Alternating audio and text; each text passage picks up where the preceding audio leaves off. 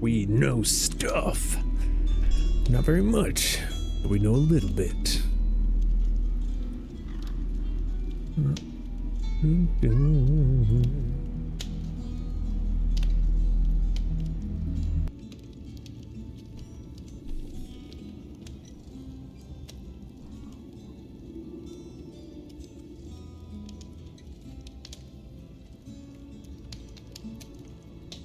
Scattered Shores. We're gonna do a little bit of a lead in to my current campaign that I'm running. The stream is gonna be starting on session 5, I believe.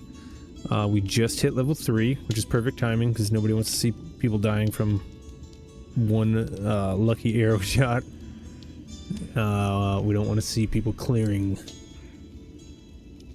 fire beetles out of the basement. Shout out Neverwinter Nights 1. The current campaign that we're playing is the Scattered Shores. It's a homebrew world that like loosely based on the One Piece narrative. There was a shattering 1,000 years ago from the current playtime, and what happened was the entire continental planet as they knew it, nobody has a map of it yet, but it was a one Pangea-like continent. An earth-shattering event happened where the gods had to participate. In so doing, many of them had to sacrifice their wills to make what the world is now, which is quote-unquote survivable. 3 of the gods remained in a celestial slumber as the final defenders of the world of Meridian.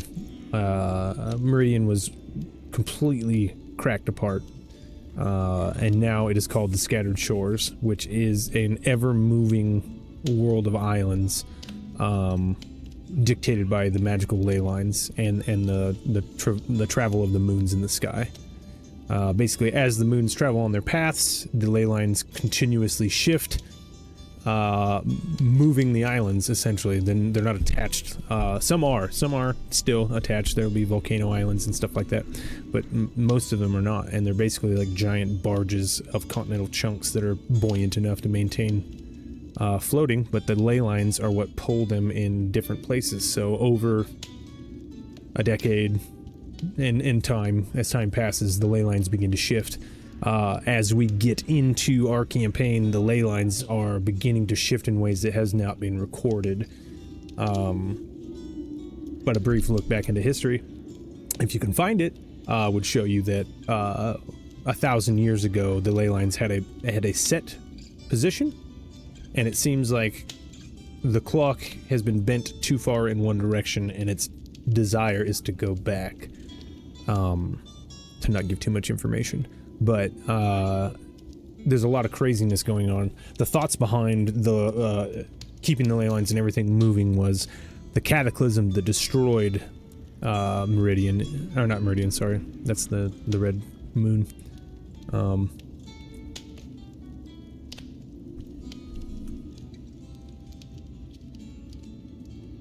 I lost my train of thought. Where did it go?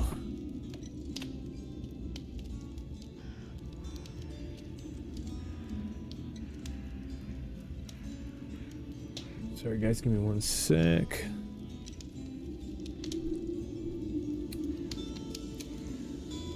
Scattered Shores. Shoulder again. Got a pop right here.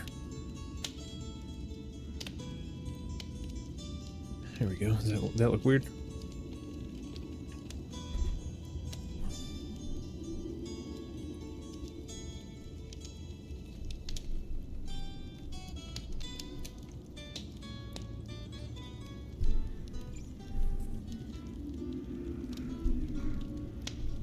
So yeah, anyway, the whole point behind rotating the ley lines and having them in a constant churning state was the reason the world was even in the situation where the attack happened the far reaches of space, the far realm, the great old ones, whatever you want to call it, the aberrations beyond imagination and this level of 3D thinking, noticed a lot of energy coming from this place. And it was decadence and thorough gluttony and sloth and all the type of, you know, whatever, the 7 deadly sins or whatever. Those are just good words to describe what was happening on this planet. Everything was too easy. Not unlike Netherese and all that kind of stuff you guys know. Everybody had magical items. Everything was push button. Everybody had a wand, a tome of knowledge in their hands, automated brooms.